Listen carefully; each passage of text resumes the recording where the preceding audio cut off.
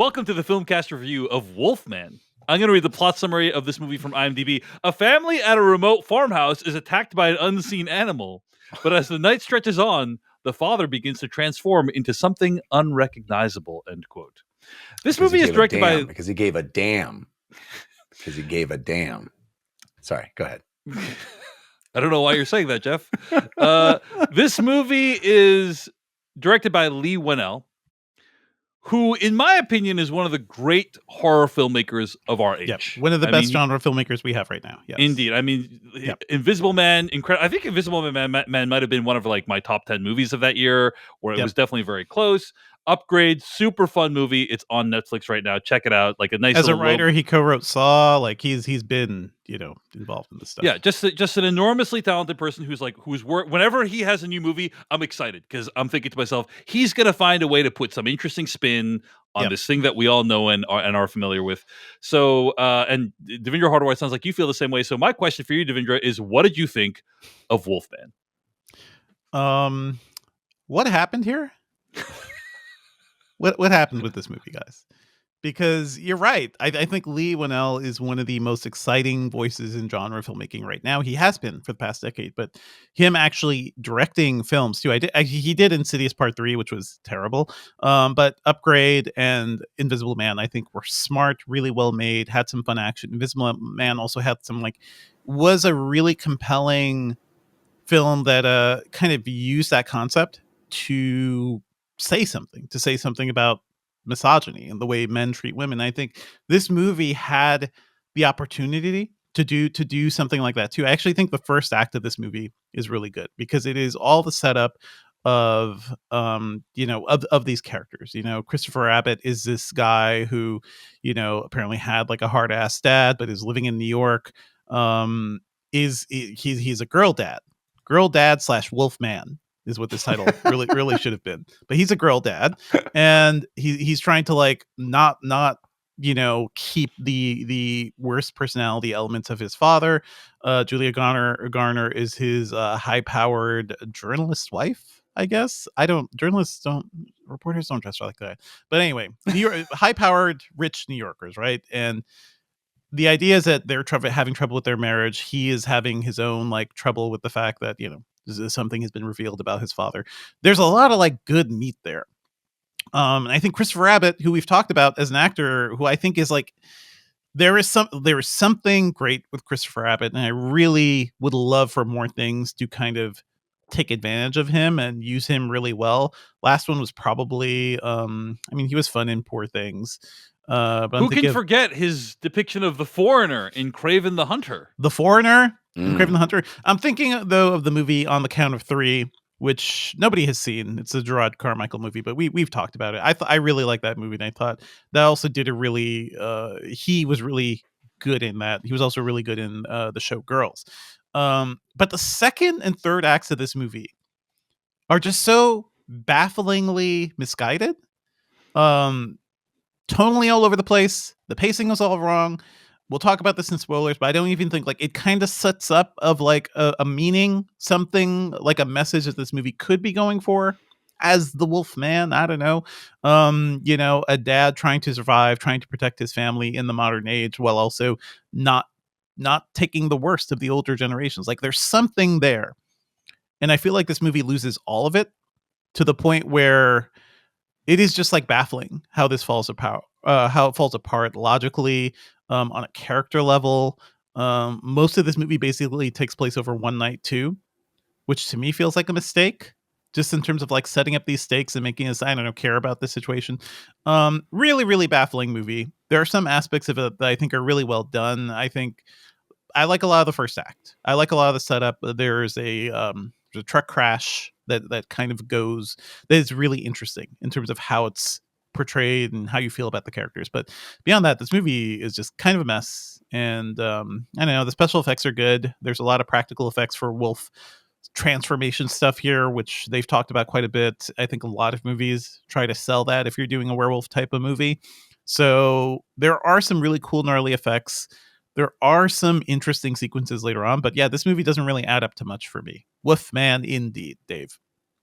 Jeff Kanata, your thoughts on Wolfman? Monster bar mitzvah. Boy becomes man. Man becomes wolf. Sorry. Shout out to 30 That is Rock. werewolf bar mitzvah. Mm-hmm. What did I say? Wolfman bar mitzvah? You said monster bar mitzvah. Oh, But yeah. Anyway. It might Yeah. be.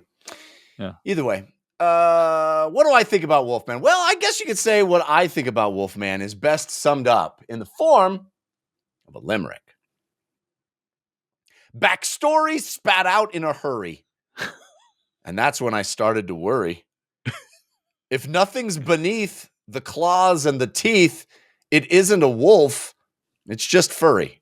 Ooh, Nice. I agree with every single thing Devindra said. I was really disappointed with this movie because it's one of those movies where you see the potential. You see the potential. And boy, does it just feel like it wasn't interested in doing much. And that's strange to me. Because we've talked about Leigh Whannell and the Invisible Man.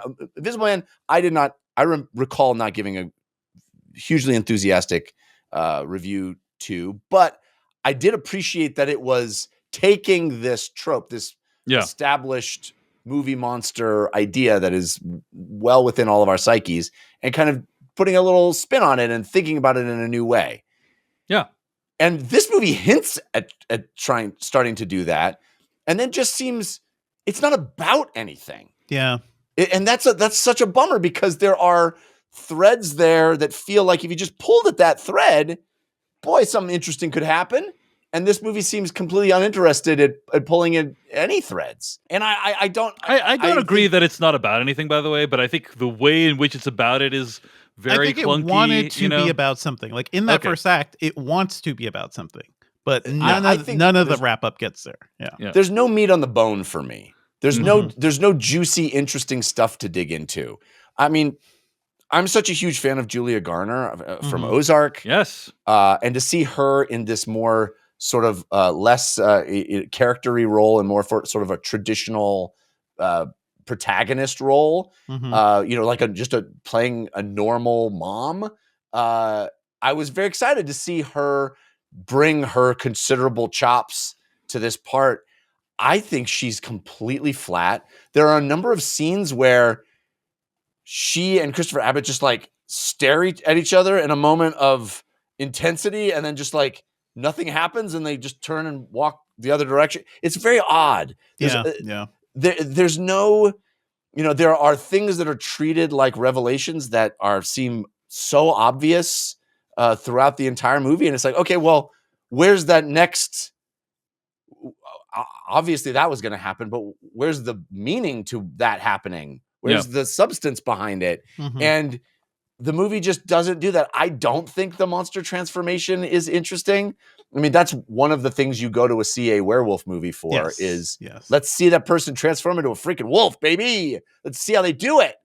And I don't think this one is particularly compelling or interesting or adds to that oeuvre in any, meaningful way. I think there's movies that are 30 years old that do it in a much cooler and more interesting way. Yeah. Everybody wants to be an American Werewolf in London, basically, and you can't quite get there. Yeah. Right. And this movie doesn't even try, right? And I will even go farther and say some of the werewolf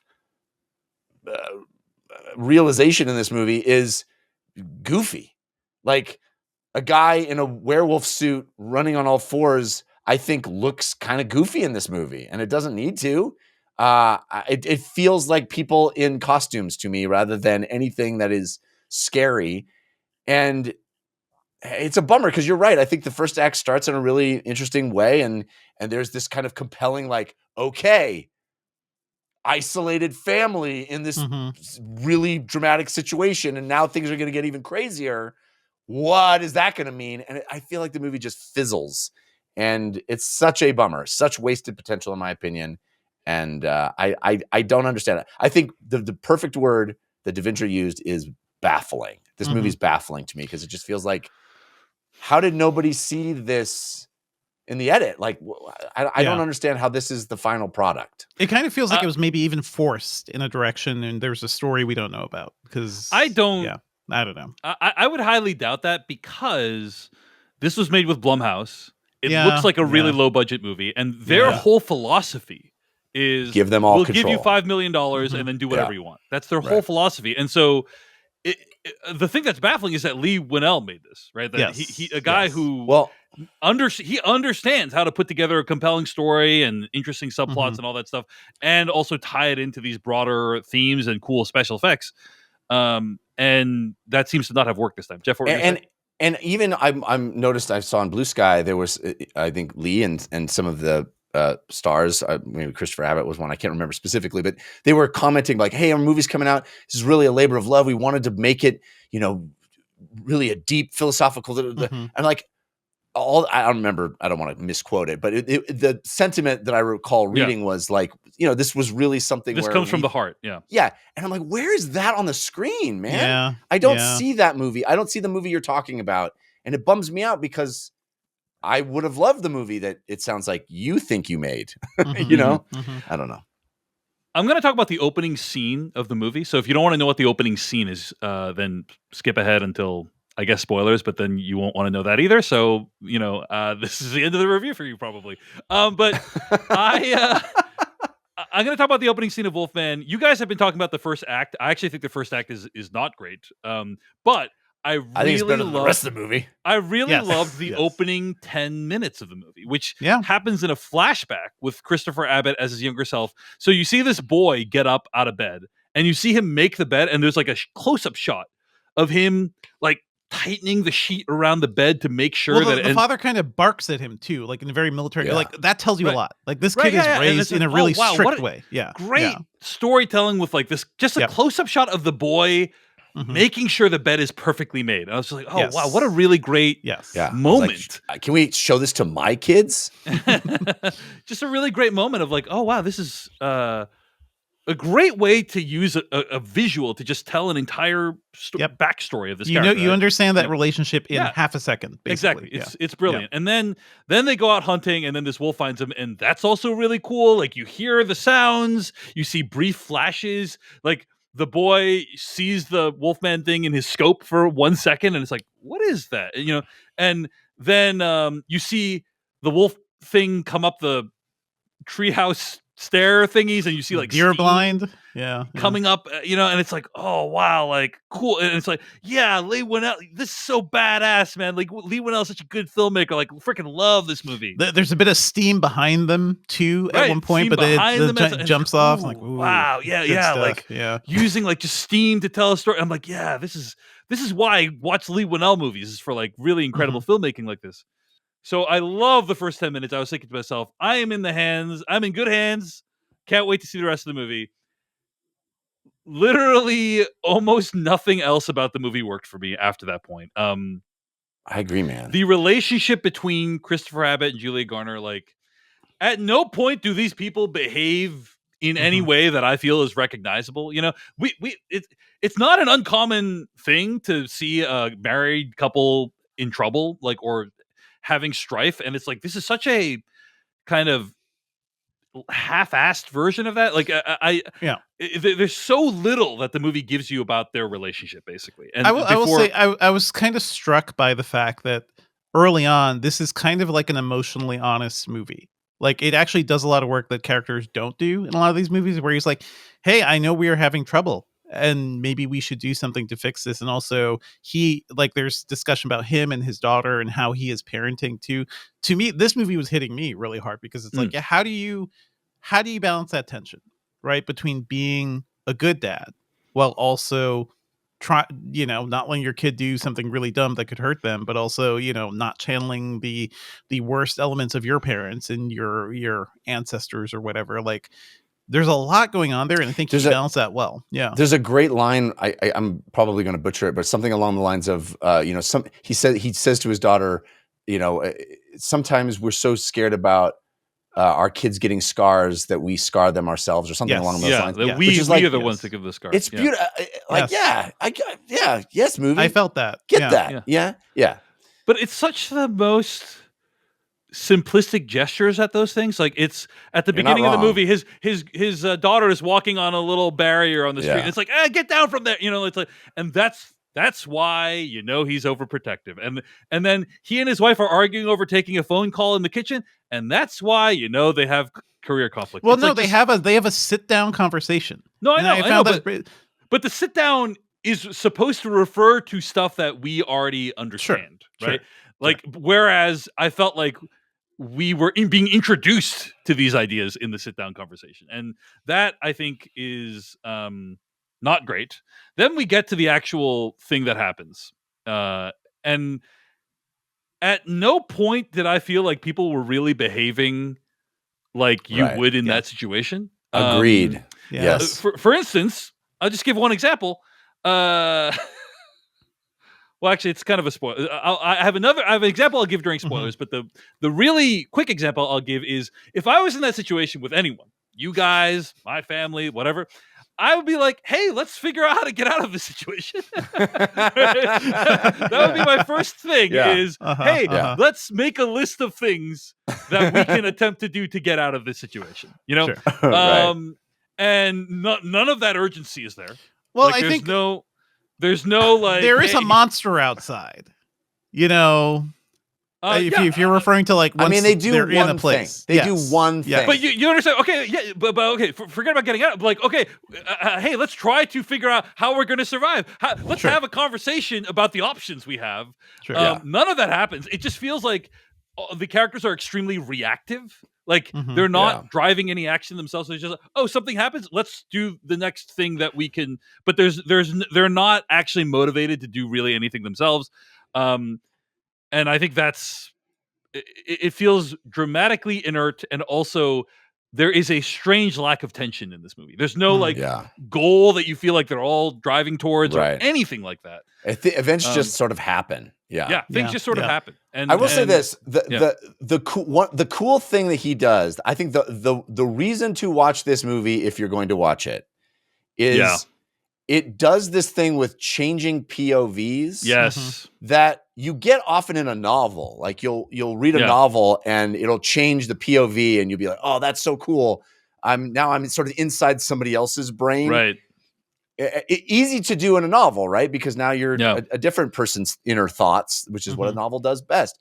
Hard to do in a movie, and I think so elegantly accomplished. And just I've never seen it done this way. It's with camera moves and a subtle changing of lighting. And it really conveys this, I think, palpable kind of terrifying notion of like devolving and losing your senses, or gaining some, as the case may be. I mean, the Midnight Mass did this to a certain extent. We talked about, but also like I don't know if you guys have seen the Insidious movies, but there's like an element of that too in those movies where you go into a demon world. I agree. That is the best part of the film. Now, but even that, I'm thinking, this is building up to something. Right. This is going to unlock something, and it doesn't really. Like there's no unlocking. There's no unlocking. It's just a cool part of the movie, but that's it. And so, but I love that part. I was like, when I was watching it, I was thinking, oh my God, this is like some next level stuff. That's the Leigh Whannell that I'm familiar with. Visual language, like telling us something in new ways. So I love that, but it just doesn't really go in it. Yes, it goes somewhere, but it's not satisfying, where it goes. And so, anyway, so I was also really disappointed, and I like the creature stuff. I thought the creature stuff was kind of cool.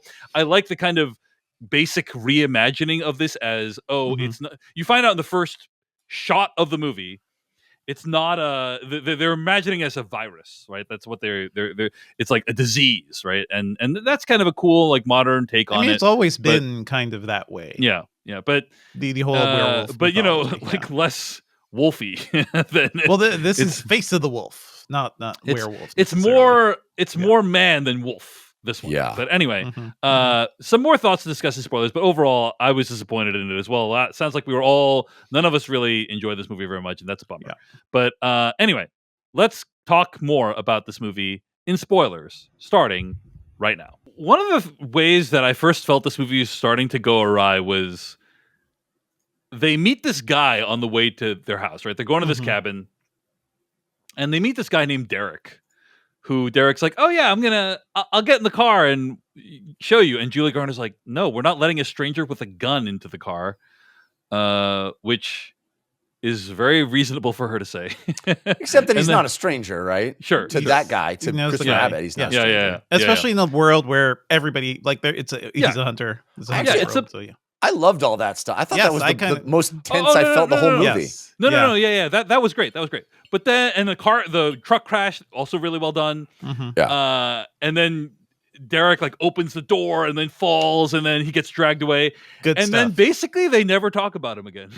They never talk about him again. That was the craziest thing. That was the thing. I was like, we'd be like, a guy just died in front of us. I want one person to be like, did anybody check on Chad? The daughter asks, by the way, that conversation does happen, but the daughter says, did he die? I know, they talk about it for like 8 seconds. I'm saying like if I went through that, I'd be like, holy shit, the guy, he might still be alive out there. Yes. They just kind of assume he's dead. And it's like, I mean, if we saw were him get dragged away. If I was with someone in a car and then I saw them get dragged away, I'd be like, holy shit, we need to do what we can to save that person.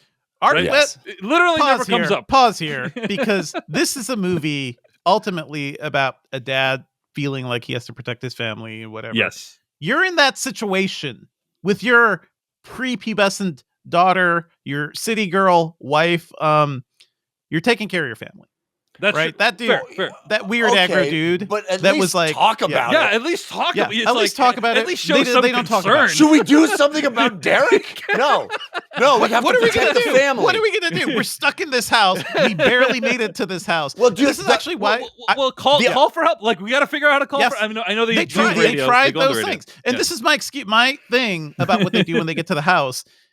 Holy shit! What just happened? Like this is all trauma response. Like, oh my God, we just ran for our lives from a truck that was hanging from a tree. And like, I think a lot of the early house stuff is kind of excusable in that way. He's like, barricade. You see in the early shots, like one of the first shots of this movie, this house is surrounded by metal barred windows. So like you kind of have a sense that it's a secure zone. And they do some of the things. They try to get their CB radio going. They have no cell reception. They're scared and tired. It's like, there is a werewolf outside. I don't know what else you can do besides try to get the CB radio going, get the power going, and try to like hunker down in the house. Well, so yeah, the way this movie sets up, I think, a very compelling thing, which I'm shocked it never pays off, which is, hey, we got to get back to the crash site to get the gun. Sure. Right. So who's going to do it? How are we going to do it? Yeah. I'm like, oh man, there's going to be this harrowing scene where dad has to try to get back to the thing to get the gun. No, it never does any of that. The way he's turned into the wolf is the least interesting way it could happen, which he just sort of got scraped in the initial interaction. It's like, I don't understand. I don't understand. There's no meaning to that moment. There's no meaning. There should be like some metaphorical. Yes. Thing. Right. Anyway, but so Devindra, I think you might be right that they end up doing a lot of the things that you would do. But the problem is that what one would normally do if you just filmed it is not that interesting, and that's why we go to see movies, is because we want something. You want your super powered horror, No, but like what Jeff says of like, let's make for instance, example, Devindra, there's a moment when Julia Garner sees that there's an actual freaking vehicle on site. Yes. And she's like, we should go get that. But it's like, they don't make a like they go get the vehicle. No, I know. They but try. Like, it's like incidental that she sees it. Do you know what I'm saying? Yeah. Like, it's not like when you're in that situation. It's like, hey, let's take stock. Are there any weapons in the house? Is there? We have a weapon back at the car. The same thing. Are there any vehicles? Like, can we get something? Like, how do we get to? What's the nearest cell phone? What's the? I think none of that conversation happens. Right? I agree. None of that conversation happens. I also think the decision making was we can't do anything until morning, because there's a fucking werewolf outside. So I think that kind of supersedes a lot of the decision making. That's all. But there's no. But how will it be solved in the morning? Of that. At least you have a better chance. You have a better chance of getting out of here. Have the conversation. All we need to do is survive till morning. Have that conversation. No one has that conversation. They did say They say we get to stay here till the morning. They say that. But why? Like, have some plot reason why that's the case. Because there's a werewolf outside. There's a werewolf outside, guys. Come on. We the audience know that, but it's like I would assume they were just chased by something. They had the experience. Like, this is all trauma. But they don't know what it is. Maybe it's a bear. Maybe it's a wolf. Maybe it's something else. Okay. Maybe it's not a werewolf. It's another animal that dragged away, a human but I'm being saying, why would it be better during the day? Like, exactly. Because if it's a bear, if it's a bear, why? If it's a bear, why is it better? Okay. Anyway, I don't why even know does what we're it doing. want What are we doing? Like, what are we doing? Why does it want us? Like, sure. Are we food for it? Are we what? Why does it like? There's no. I think this movie, trying to sort it all out. I see the problems you guys are bringing up. I'm just saying I think this movie does actually address a lot of those things. Sure, they didn't. There's no like we got to go back to the car to get the gun. I feel like that is like among the decision tree things they need to be dealing with is like number 10 on the list because the car is way out there. Like the truck is way out there. They're in the house, which is ostensibly safe. The father's a hunter. They should at least be looking for guns in the house. Like no guns in the house apparently, but they do see the car. They try to do the car. The thing I find to be actually a little unbelievable though is Julia Garner runs out to that car with the car battery, and that won't happen, man. Like most people don't know how to. A lot of people don't even know how to pump gas properly. She's gonna be like, "Oh, that was a journalist, though. I really got to go out there and make sure I have a backup battery for this car just in case it needs to be jumped." No. That is you go there, you're like, "Oh shit, battery," and that's like a go there, come back. But anyway, and she knows how to jump it and everything. You accept that. But at least they try. I accept that because there's been times in Seattle when like we leave our car out there for like 2 months and the battery's dead. You have a car. You don't live in Manhattan. Like how many times has she had to jump a car for Devindra? That is the battery? Most unrealistic part is that she lives in Manhattan and knows the car knows anything about cars. That's actually a great point, Devindra. That's actually a good point. She's salt of the earth, though. You could tell. I mean, she has plaid. She has a plaid shirt. She's plaid. But I'm also saying those pants. She does the thing you guys are saying. She does at least try to get to the car, and then there's a werewolf outside. So all plans are negated. Yeah. To Dave's point, the way we actually get back to the gun is the least interesting way. It's incidental. It's just like, hey, by the way. Oh, just happened to be here. It was like, there's a gun here, right? Like, right. The other unbelievable thing about this movie is that hunter's house would not have multiple guns. You know, like a stash of guns somewhere. A stash of guns. But he does have a car battery.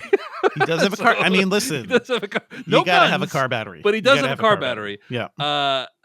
I think, Devindra, the complaints can basically we can nitpick about whether or not they're actually accurate, but the fundamental complaints is I think what this movie surprised me with is it showed me how much work an average horror movie does to establish stakes.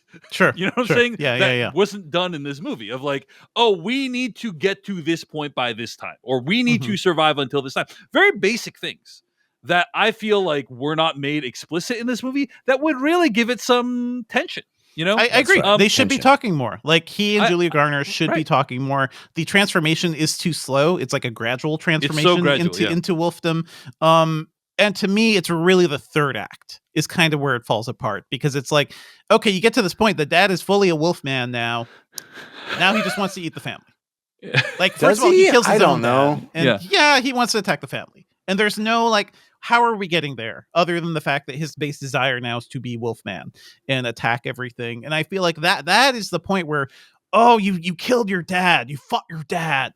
Those bad tendencies. Maybe you were defeating them in your life. And what does that mean? How do you protect your family now? Don't know.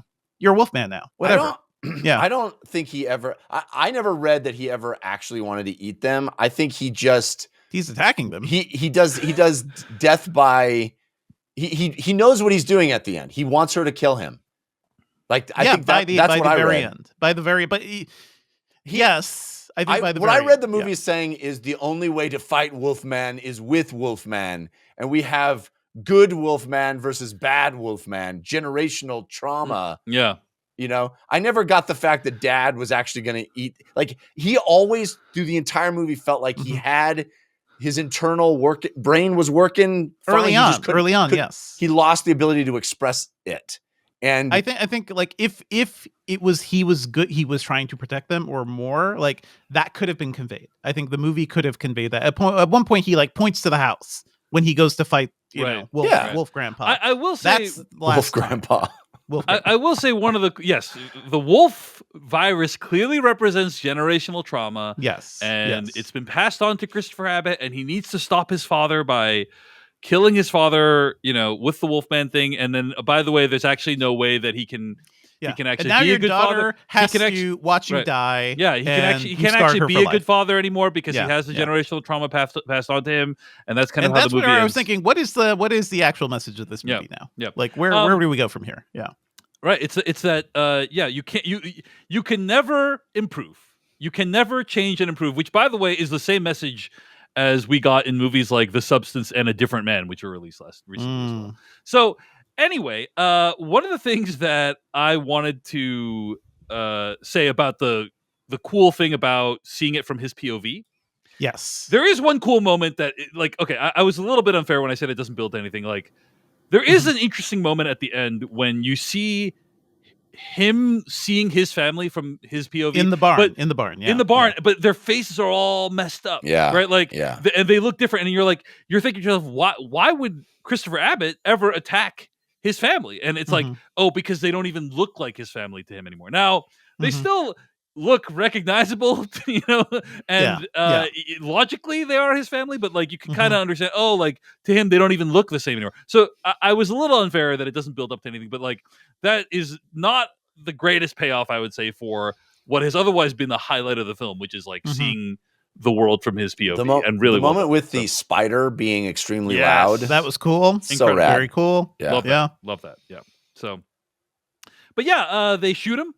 And then he dies, and then so the setup is my job is to be a dad, your job is to be a mind reader, daughter. Not always. I don't know if that's a great expectation you want to put in your child, because it doesn't always work out with other people. But the mind reading is my dad wants us to kill him. Yeah, I know, shoot right? My daddy. He wants to die, Mom.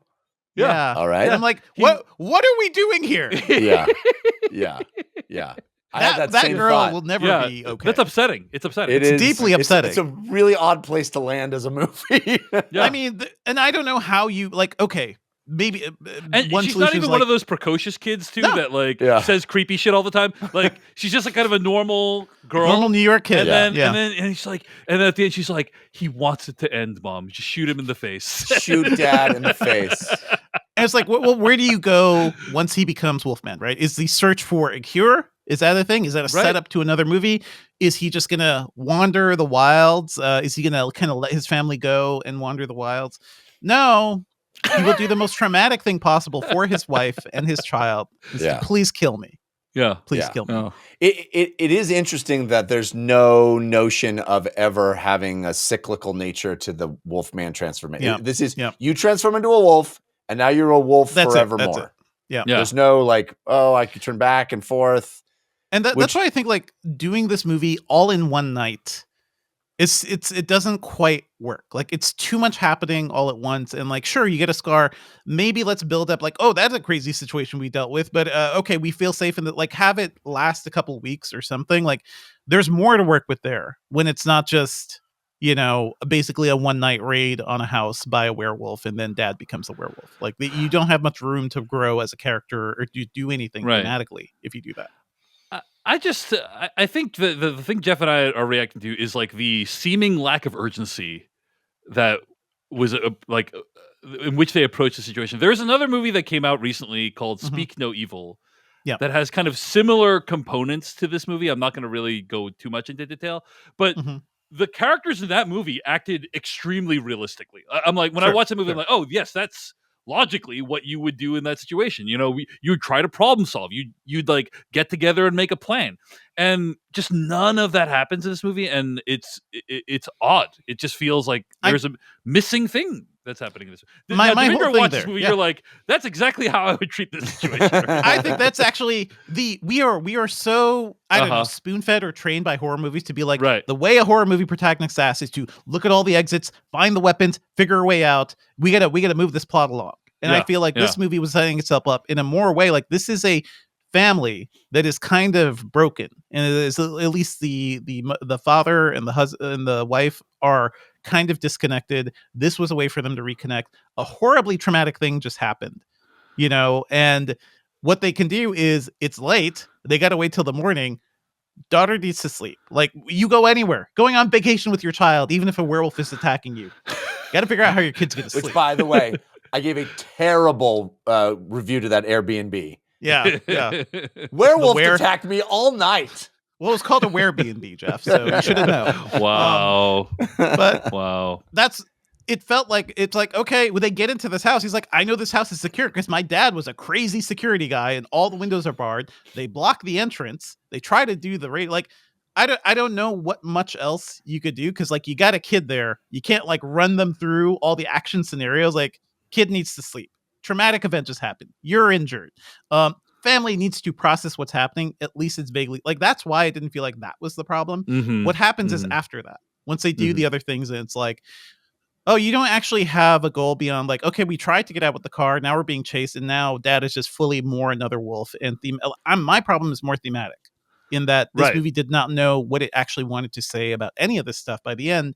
And dad just dies. And we end on the final frame of mother and daughter looking at that beautiful, between the mountains in Oregon. And it's like, so what did we learn here? Yeah, what? Exactly. What? I've actually, Oregon's a beautiful place, like doing some of those hikes. Like, I know you've seen it, Jeff, and Dave, you're close.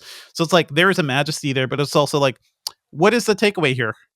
Beautiful mother-daughter moment? I don't know. Okay, so first of all, as FYI, this movie was shot in New Zealand, standing in for Oregon. Sure. So, but they're both beautiful. They both similar. New Zealand vistas, probably more beautiful. That's why that scene looks so good. You don't need to rank beautiful. I do. What was it? Devindra?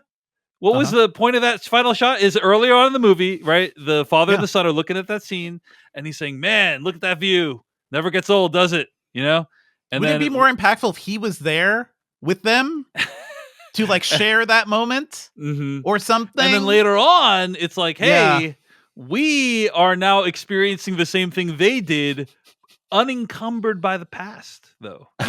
Unencumbered by the trauma. Yeah, they're not traumatized by what just happened to them. Definitely no trauma with those two. No trauma.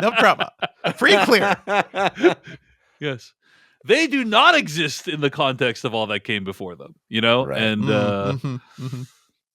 I'm reaching, man. I don't know. I don't really know what it's trying to say. So I don't know either.